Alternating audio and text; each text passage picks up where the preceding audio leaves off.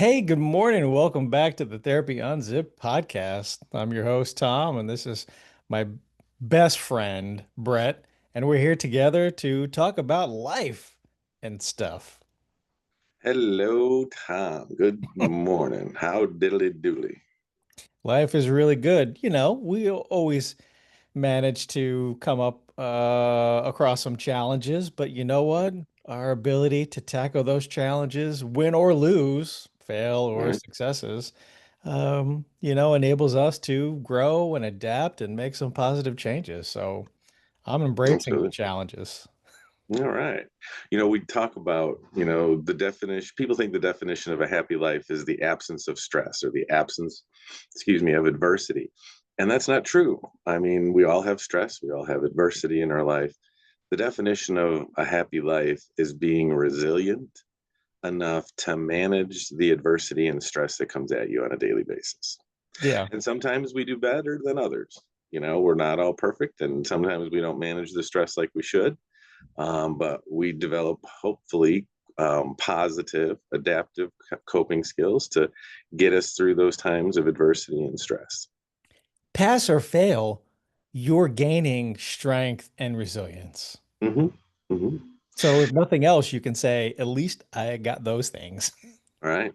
Yeah. And you and I talk about every time. I mean, all the time. You and I, we sound like a broken record sometimes. But so, how do you become resilient? How do you? What can you do to arm yourself to be as resilient as possible? And you and I talk about the top 5 things that you need to do every day. You need to get good sleep, right? Good Yeah. sleep schedule, good sleep hygiene. 7 to 9 hours of sleep at night. Make sure you're getting some good REM sleep in there. So um, you know, sleep, water, you got to hydrate, good nutrition. You eat like crap, you feel like crap. Eat some good food. Doesn't have to be every day, but it should be most days. We got to have our cheat days. We got to have our tacos and our pizza, but We have to have those. I you mean, got to. Otherwise, is it the life you want to live, right? What is it? I love that joke. You can eliminate if by switching to tea in the morning and getting rid of coffee, you can eliminate 80% of your happiness. yeah. So, all right. So we got sleep, we got water, we got food, we got Exercise. exercise. You got to do something every day, whether it's walking, whatever your routine is, something that you don't absolutely hate. Something, if you hate it, you dread it every day. There's no point in doing it. Because you're So not going to find do it. something. You're not going to do it. So find something that you like. And then the fifth thing is have a basic schedule for your life. Now, if you're working and whatever, you have a basic idea of how your day's going to go. But even your weekend days, have a basic outline of what you're going to do that day. Your brain needs to know what to anticipate because in the absence of that, you could doom scroll all day. You can, get caught up in other things. So have a basic schedule in your life.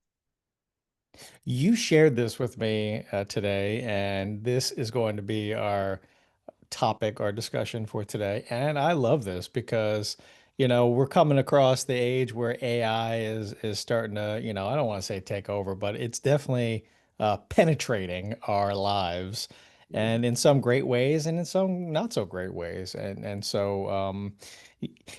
the back of our minds, we feel like we've got to stake a claim for why, human interaction regarding therapy is so important, and how AI can be helpful. It can be a nice adjunct, but it doesn't fit the bill. And what you shared with me, these things that you should learn in life and through therapy. This is a really great way of addressing those top things that we feel are really important. And the interaction between human and human, like, it's so much more profound because the computer's not living life and learning these things and having to figure out life on its own. It's just Mm-hmm. spitting out information. And so Right. when you see your therapist, or somebody who is acting as a therapist for you, maybe it's somebody that you admire, who you look up to, maybe a coach, or maybe a religious clergy or something, or maybe it's an actual traditional therapist that you're going to see. They're a human being, and you know that they're navigating life too. And so when they're sharing these things with you, it's things that they have learned and picked up on, and things they have learned by working with other human beings. So Mm-hmm. it's just I don't know, you can relate to it so much more and relate to that person so much more because of the nature of the fact that they're trying to navigate this crazy roller coaster of life too. Hmm. And there's some clinical theories of it's the relationship that's part of the healing process. And you can't or shouldn't have a relationship with an AI insert. Yeah. I mean, that's problematic. And the other thing is, AI responds to what you say, right? You give it an input, it gives you a response. You say something, it responds. So it only responds to what you're saying. What you and I, Tom, and every clinician therapist should be doing is we respond not only to what you say, but mostly we're paying attention to what you're not saying. We're looking at between the lines. What was an expected response, but is being left out? And there's a lot of clues in there about what's happening. And that's Yeah. how we can drive our questions and conversations. AI is picking up on keystrokes, but it's not looking at you. I mean, we've said this before, like 80% of your communication is nonverbal. Yeah. Yeah. It's what you're not saying. Right. Tom, I'm having a really good day. It's just Tom, my life has been so wonderful lately. Yeah. Really? Right? Let's talk about that. Yeah, exactly. And then, we can pick up on those clues, like you said, and we can kind of steer, in a different direction. Hmm. So that's why it's so helpful to have that human interaction. And that's not going to go away. And it's a nice reminder that we Right. need to be in each other's lives. No man is an island. We need each other. We need to bounce ideas off each other. And we need to be able to relate to, Hmm. trials and tribulations and challenges and what worked well for you and what has worked for other people. And Hmm. um, Right. AI just can't do that. It's not going to be able to do that. So, anyway, enough about AI. Let's get into these things. So this topic came, how many times have you and I been asked, Tom, about what's the point of therapy, right? It was what? You just want me to talk and blah, blah, blah, and what's Yeah. it going to do for me? And there's a lot of things to therapy, number one, but it boils down to, in my estimation, as with or without therapy, there are basic, I think we're going to talk about eight of them, eight or nine of them, basic rules or basic things you need to learn in your life to be fulfilled, happy, content, and live your best life possible. Yeah. It's not an exhaustive list, but these are the top eight kind of things. And if you haven't learned these things on your own through life, therapy should be helping you learn these things. And once that's not only learning it, everyone can read something, but it's actually living these kinds of principles. So let's talk about these, talk about the big eight, shall we? Mhm. Yes, let's get into it. All right. So the first one is you are what you think. Mm. I have a joke. All right.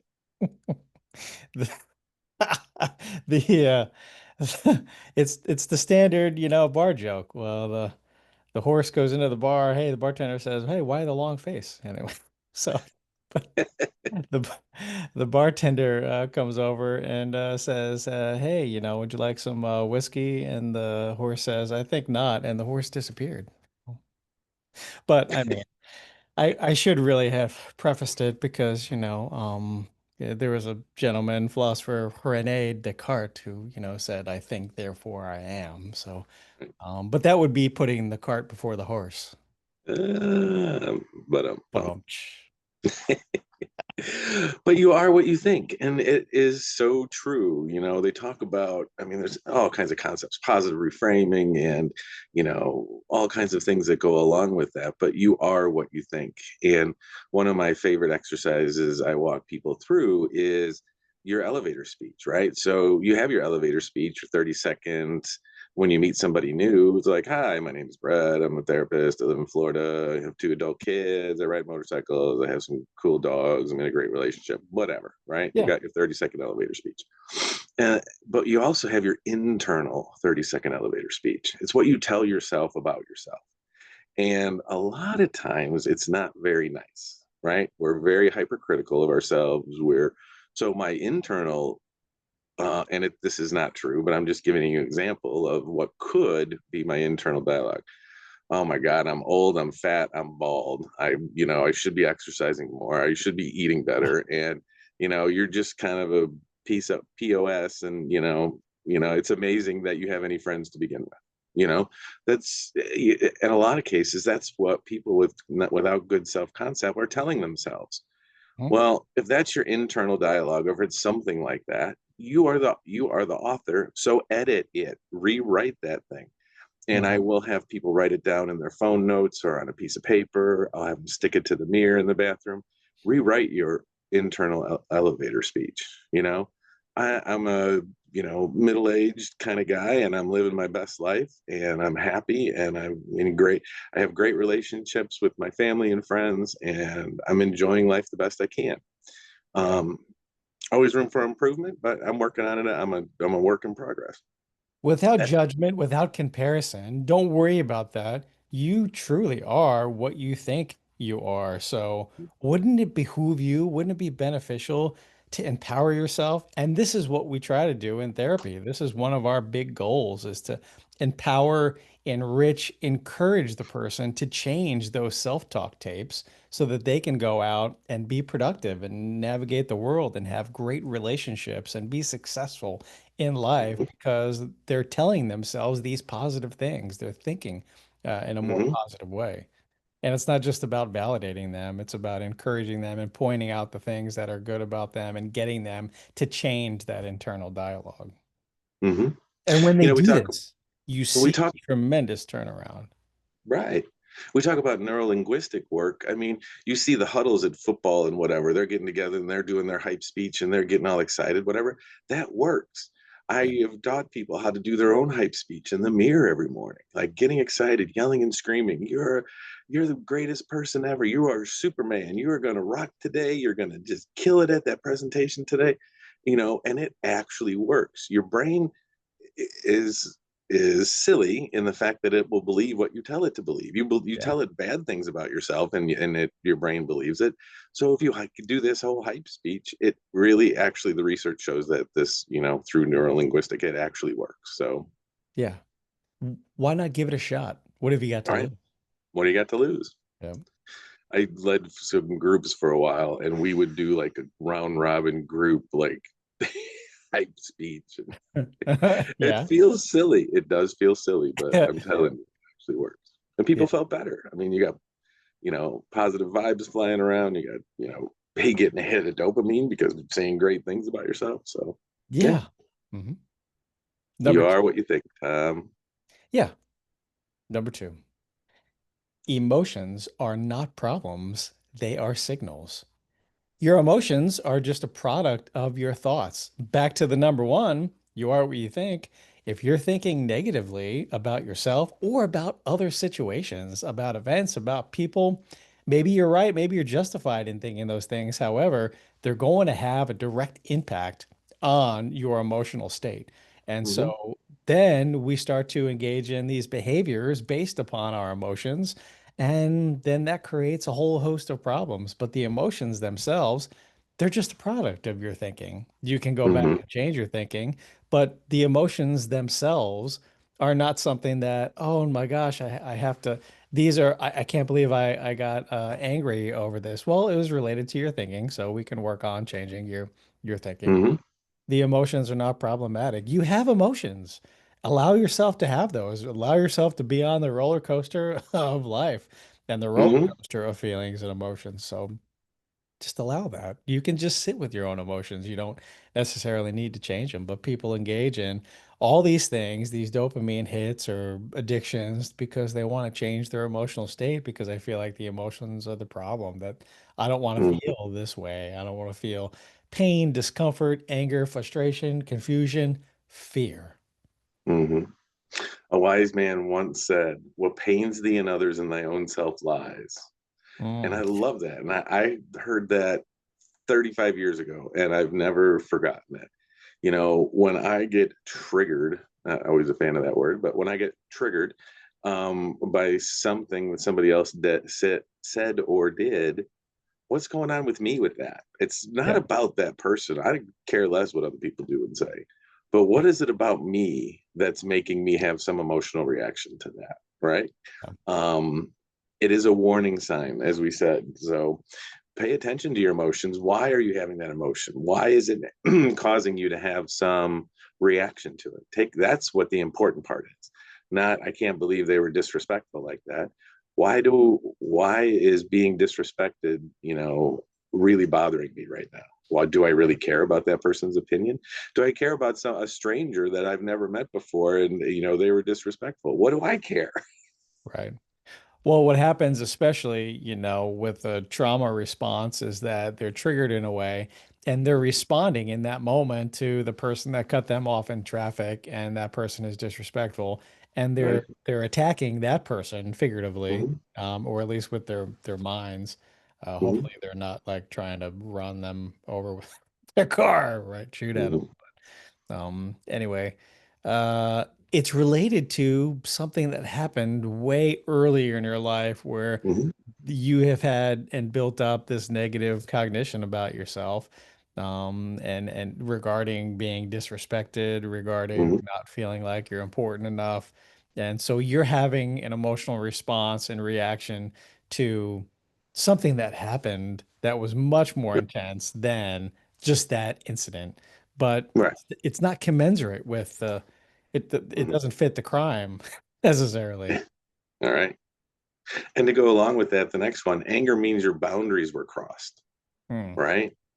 And we talk about boundaries. We all set our good, clean boundaries up.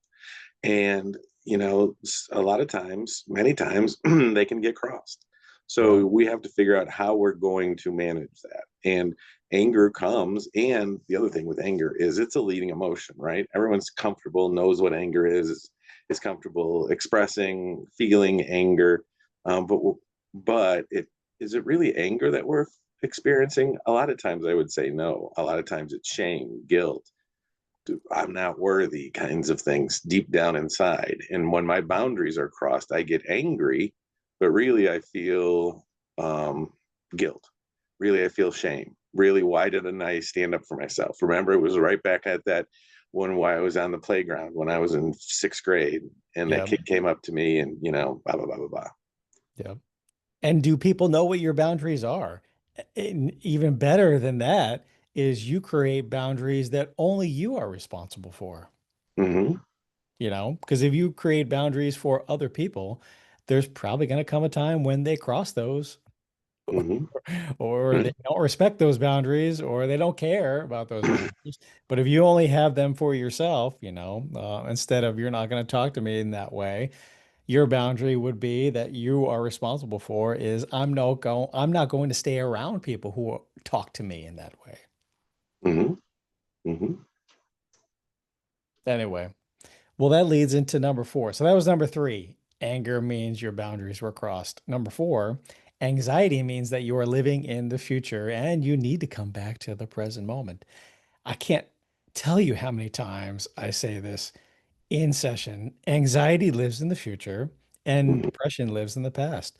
So Mm-hmm. if you're feeling anxiety, whether you know what it's about or not, your brain, you are not in the present moment. You're in the future, worrying about something, engaging in some sort of fears, even if they're unconscious fears, and you need to come back to the future. When you can, or you need to come back to the present. If you can come back to this moment and focus on this moment through mindfulness or through meditation or just through using your senses to describe the area or the environment that you're in, the anxiety slips away. All right. Yeah.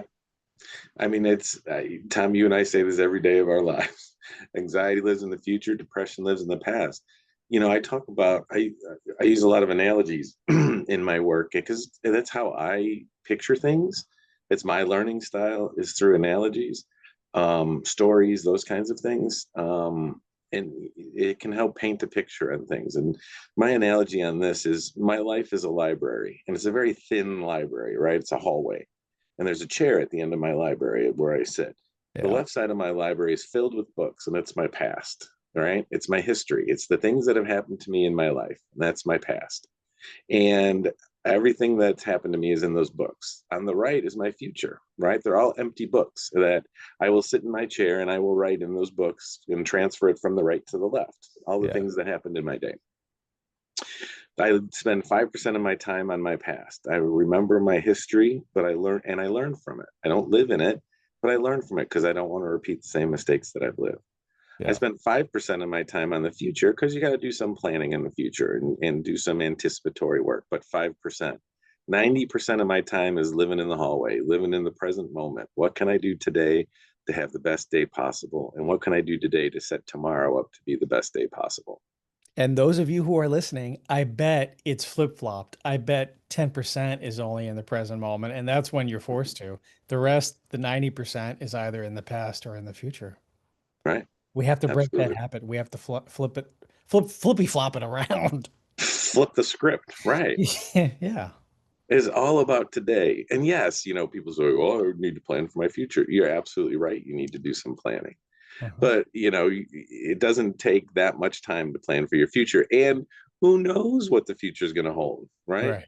All that worrying in the world has never made an impact on what's going to happen Mm. tomorrow. Nope. And then people get into that OCD response where it's like, well, if I spend an hour worrying about my presentation tomorrow, then I've anticipated every potential chess move that could happen. And Yep. it's like, really? Every potential chess move?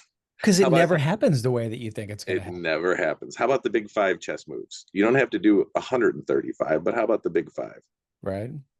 If this guy says this, I'll probably say this. If this happens, if the screen, if the computer program doesn't pull up, or I'll have a backup on my thumb drive. Those are a couple big top ones that you can't Do anticipate. this. Do this technique.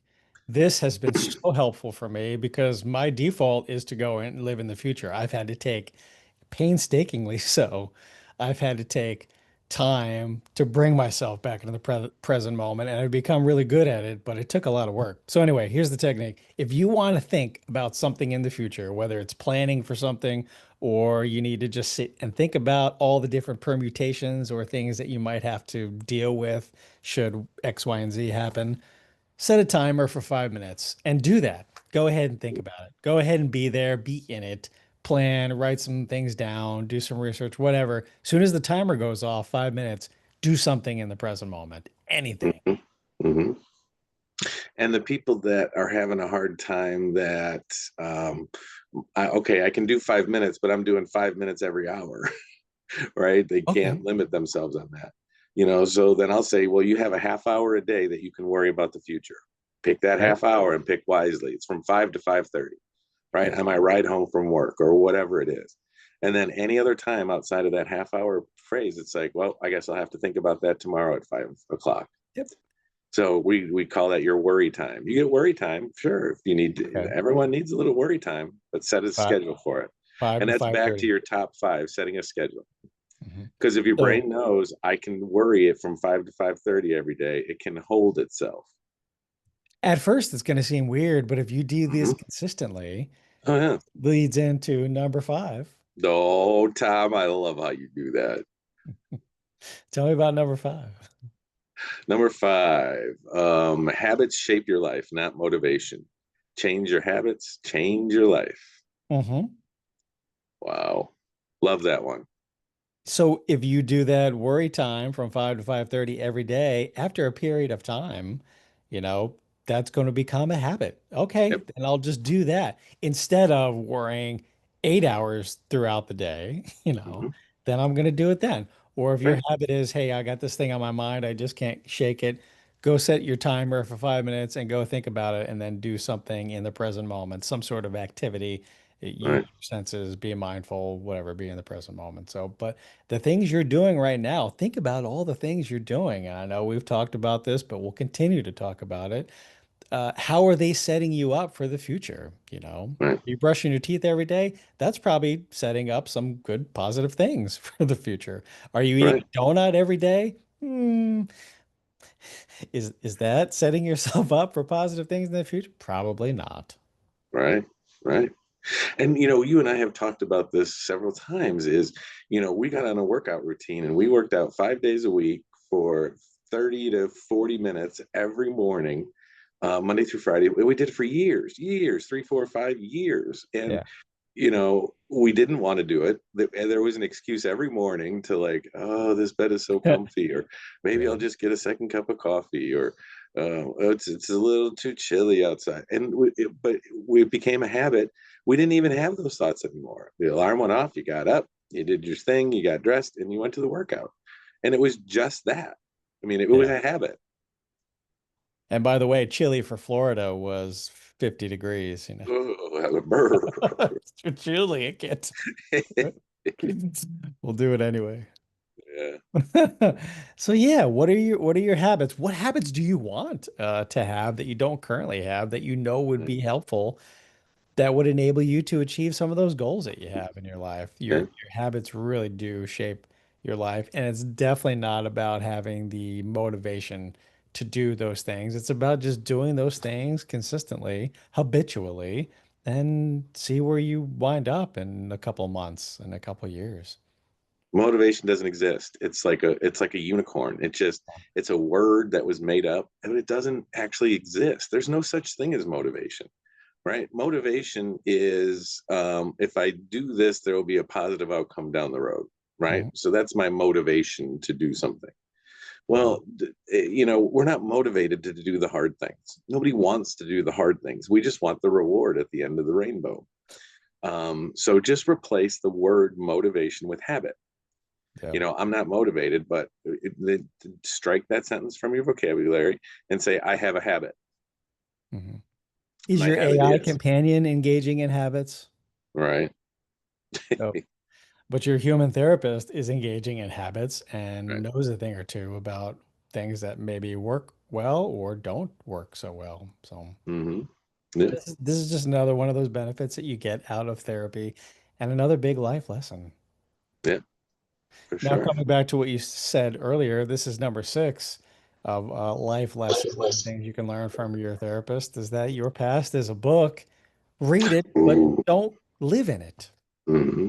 Remember, we said before, depression lives in the past. You want to go back, you want to change those things, and we don't have a time machine. We cannot go back. We can learn from those experiences, but to stay in it and live in it and ruminate over it, to re-traumatize yourself from it, Hmm. is really futile. It's Hmm. really harming you, and you're not in the present moment. So, Yeah, we talked about this. 5% of your time, remember your past for the lessons that you learned, so you don't have to repeat the same mistakes twice.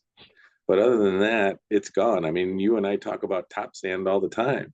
If you look at what do they call that? Sand timer thingy. What do they call those? Sand dials or hourglass. hourglass. Oh my goodness, Tom.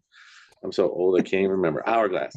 So the sand at the bottom of the hourglass is gone. It's dead. Is there's it will exist no longer. The Yeah. only thing that you have left is your top sand, right? That's where you should be spending 90% of your time, even more than that. Spend all your time on the top sand because that's what you have left. Yeah.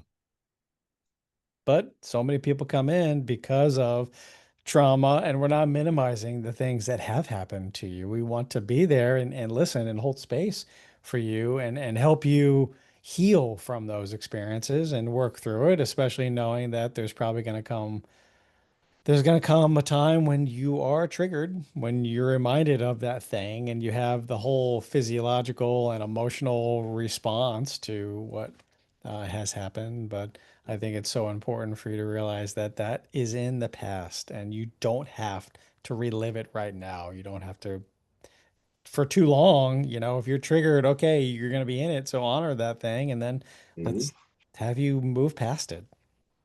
And that leads right into the next one. If you are triggered by others, that is a reflection of something you haven't healed inside or something you haven't fully accepted yet. hmm So when you're getting triggered, what's going on inside you instead of lashing out at that person or instead Mhm. of dissociating or removing yourself from life? What is Mhm. it that you haven't yet processed? What is it that you haven't worked through? Why is Mhm. that coming up for you? Why are you being triggered as a result of something that somebody did or something that somebody said?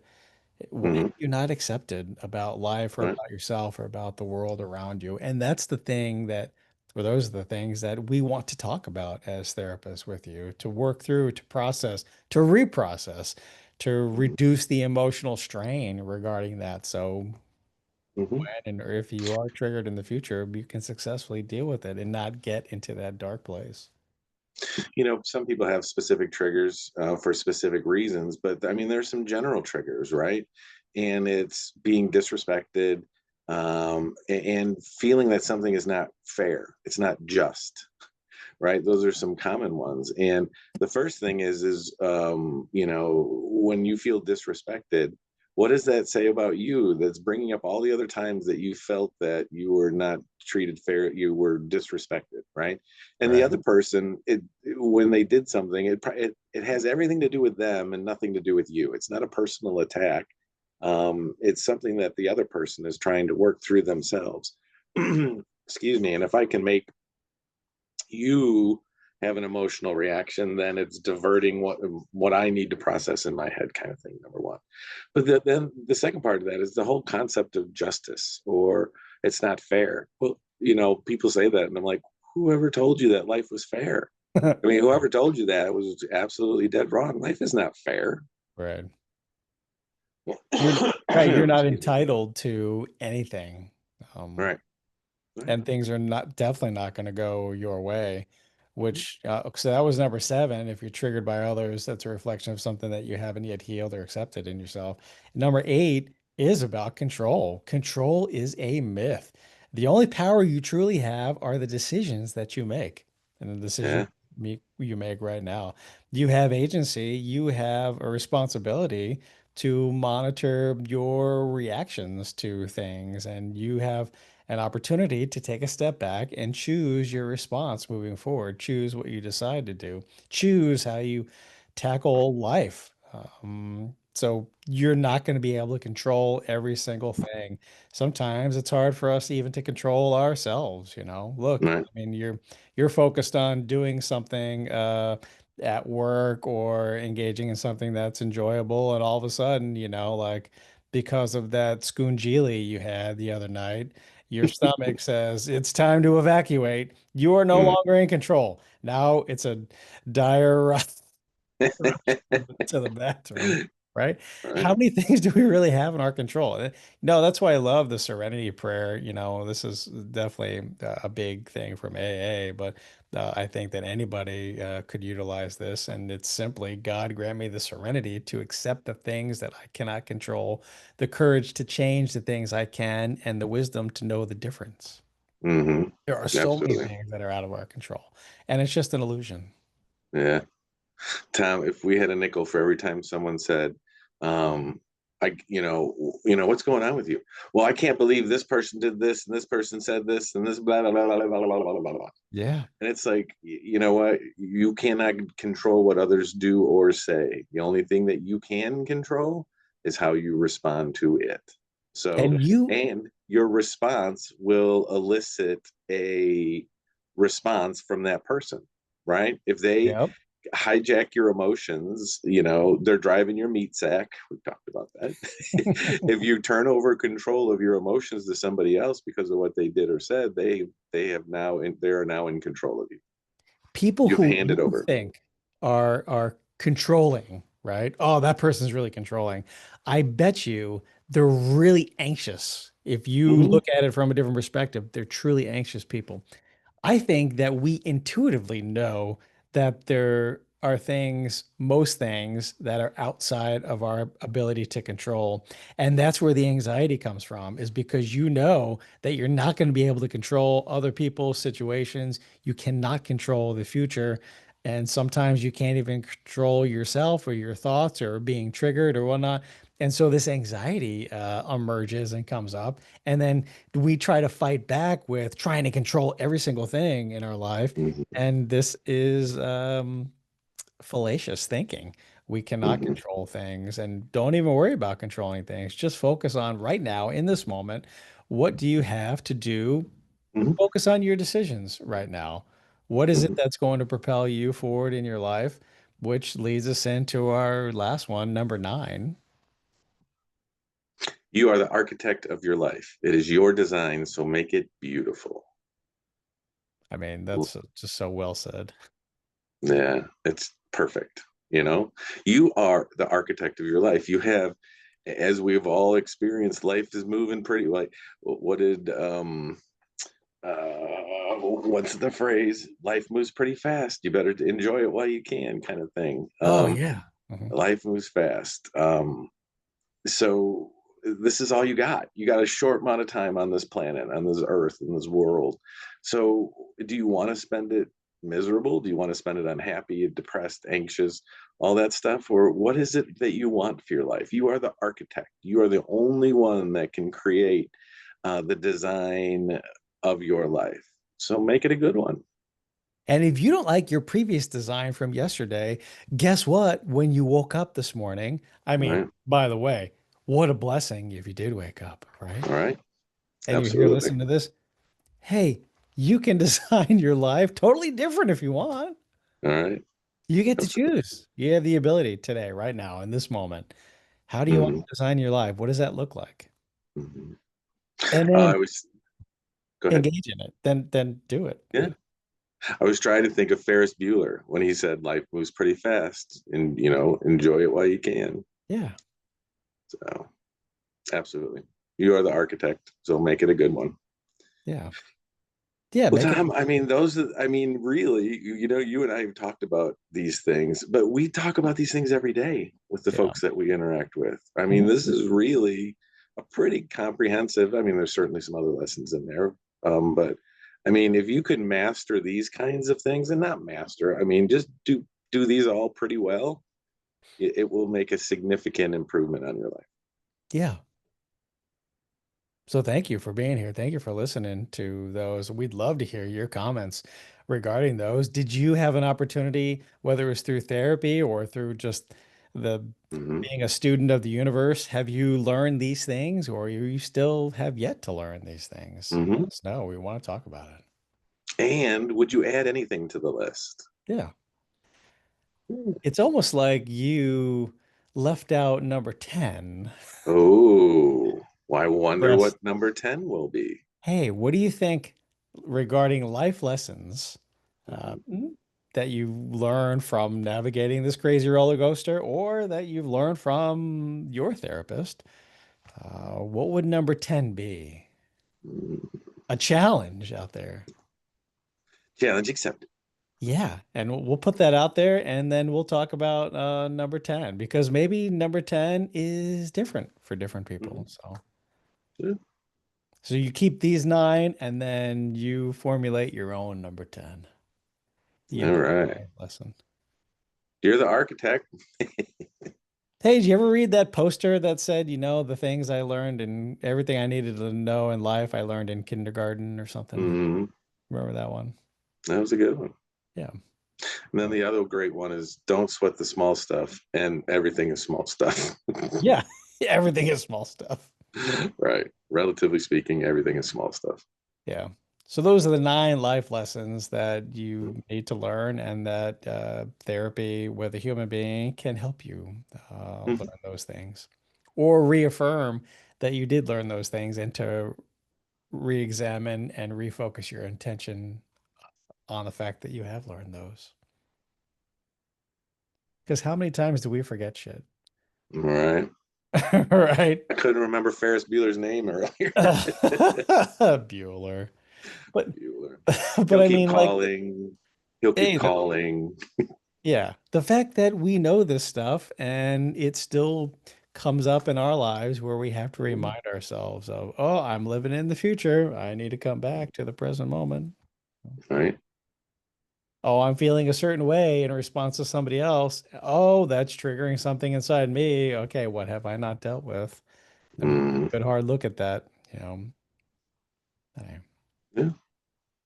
thank you. Tom, always a pleasure.